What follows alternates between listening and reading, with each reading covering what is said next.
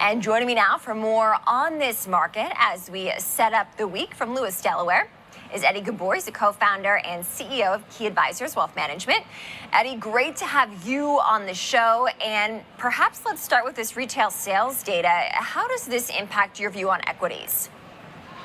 So I think one thing that is happening right now is we are having growth decelerate at a faster pace than the market had priced in coming into this year, us included, which is why we pivoted at the beginning of March. And usually when you start to see a slowdown, it takes a few months before it can bottom out. So we would expect the slowdown in regards to consumer spending, consumer activity, business investments to continue to slow down into the second quarter.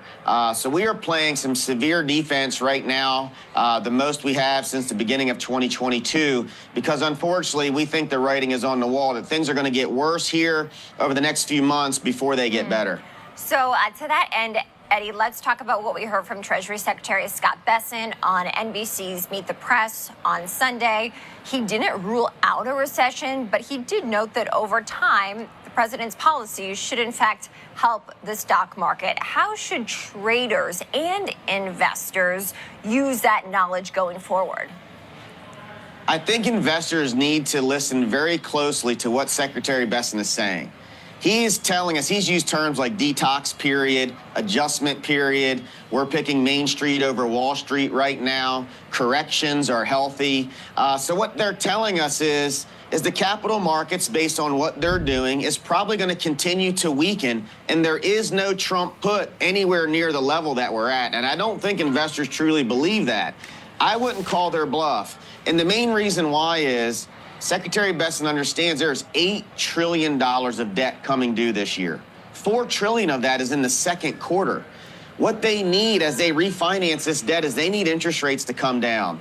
I don't think the Fed's going to cooperate with them on Wednesday. So the only way you can get rates down to try to get this debt, which is at an unsustainable level, refinanced at lower rates, is to slow the economy and cause markets to go down, because that causes the 10-year yield to go down. That is the only way interest rates are going to go down, and Secretary Bessent understands that, and he's giving us the playbook. He's telling us to play defense during this detox period, and after the detox period, there'll be some amazing buying opportunities for the long haul. But right now, we are holding a lot of cash because we think we'll have some generational buying opportunities after this detox period. So let's then turn to that Fed meeting on Wednesday, the decision that we'll get at 2 p.m. Eastern, as well as the remarks, the Q&A that we'll hear from Federal Reserve Chair Jerome Powell. Eddie, of course, Powell was actually appointed to this particular role by President Trump in his first term in office, but Powell has gotten pushback over time, certainly years, that he has been behind the curve when it comes to rates. How might that play into this scenario? I think they're going to continue to prove to be behind the curve because they continue to stick to this 2% inflation number, and they don't want to pivot from it. And if they're not going to pivot from it, we're not going to come anywhere close to that without a recession, in my opinion, because core is still over 3%. I think the Fed should be a little bit more open-minded to the fact that we are higher for longer on inflation, and that's okay, and start to kind of foresee some of the slowdown problems we have and get ahead of it. But unfortunately, I don't think they're going to. I think they're going to stick to their 2% inflation. I don't think they're going to cut interest rates, and that's not going to help the market. The one thing that could help the market and kind of absorb some of the detox period would be if they started to announce QE or cutting rates now.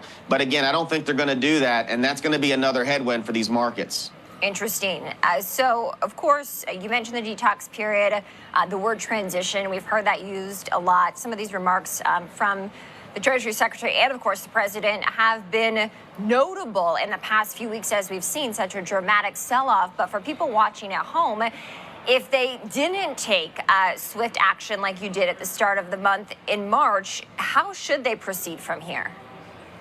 So obviously it depends upon how they're positioned. My concern is there's a lot of investors that's still really heavy tech, really heavy growth. And what I would advise them to do, if this is within their playbook, is when you get these bear market bounces, because they are some of the most vicious, is to take that opportunity, to take that second chance, and start positioning yourself to be able to buy dips as they get lower in the next quarter. We think we'll have these little bear bounces. We may have started one on Friday, but once we get that bounce, I think you're going to make new lows in the S&P, and that's generally how these markets play out before they bottom. I don't think we can get away with a 5 to 6% year-to-date downturn on the S&P when you're in a detox period. I wish we could. I don't think we're going to be that fortunate. All right, Eddie Ghabour, co-founder and CEO of Key Advisors Wealth Management. Eddie, always great to see you. Thank you. Thank you.